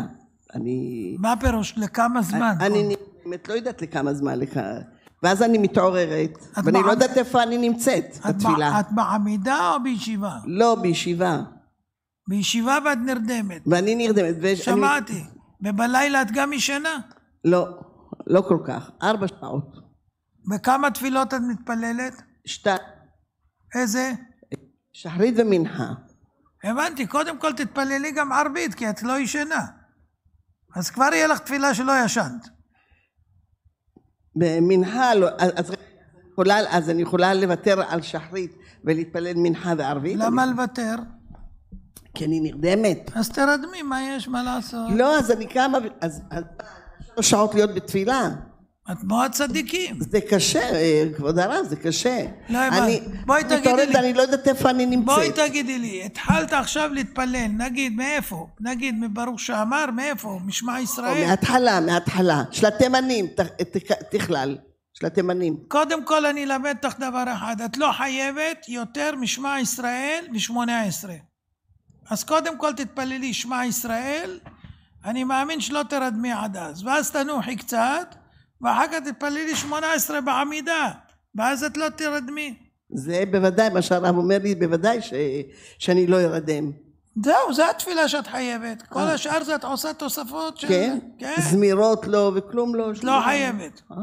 אז אני יכולה להתפלל גם ערבית. מה אמרתי? נו, בסדר.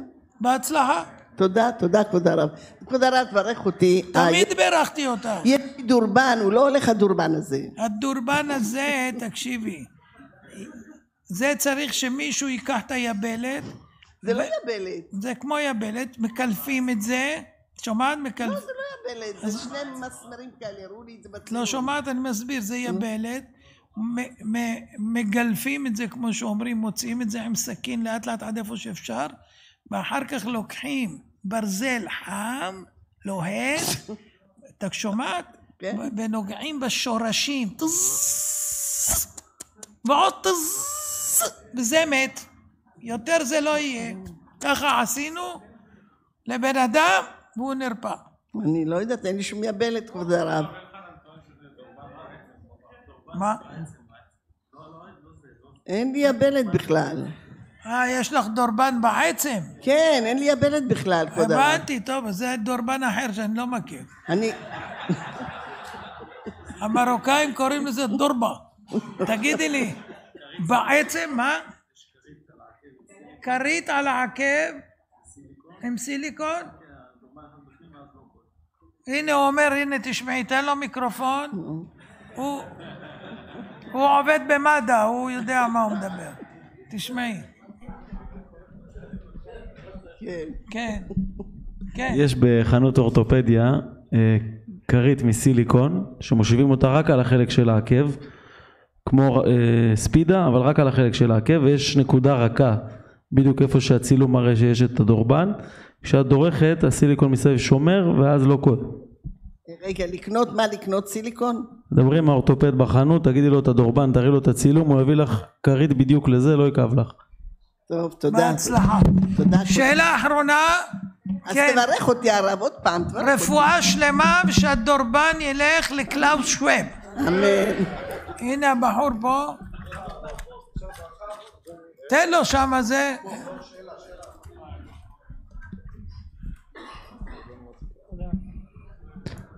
ערב טוב כבוד הרב. ערב טוב. אם אפשר טיפה להנמיך את המזגן, לכבות, קפוא פה. אנחנו כבר מסיימים, קדימה, מה השאלה? ככה. מה הפתרון ליוקר המחיה ומשבר הדיור לדעתך? לזרוק את כל ראשי הממשלות לפח של ההיסטוריה ולהעמיד אנשים שעוד לא היו פוליטיקאים ואולי הם יעזרו. אולי. אוקיי, עוד משהו. למה אתה לא מדבר ומייעץ לאנשים איפה להשקיע כסף ואיך? קרנות נאמנות, קבוצת רכישה. אני צריך לעבור קורסים בזה. אוקיי. אתה חושב שאתה נותן דוגמה טובה שאתה לא מצביע בבחירות? טובה מאוד, כי מי שמצביע יענש במישהו בחר. אבל בכל זאת, אם לא יבחרו הרבה אנשים, אז הערבים כאילו יותר ישלטו, ואתה יודע שיש הרבה כאלה... טעות, אל תדאג, השם מנהל את העולם, ובסוף הוא שם את מי שיפריע לנו או יצליח לנו. בינתיים אני רואה שאנחנו לא זכאים, ואנחנו זוכים בהתאם לזכויות שלנו. אוקיי, מה דעתך על הרב מיכאל לייטמן מערוץ הקבלה לעם? הוא לא הולך בדרך האמת, במילים עדינות.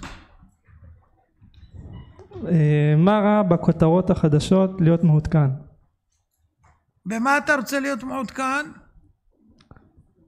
לדעת איפה יש מבצעים. מבצעים של מה? לקנות? כן. בכל חנות כתוב איזה מבצע יש. איך לא משעמם אותך כבר לקרוא שוב ושוב את אותם רעיונות כאילו ביהדות, שכל שנה שוב אותה פרשת שבוע, לקרוא את אותו טקסט בתפילה יום יום? ואפילו לא הבנת עד עכשיו מה שכתוב אחרי כל שנה ושנה.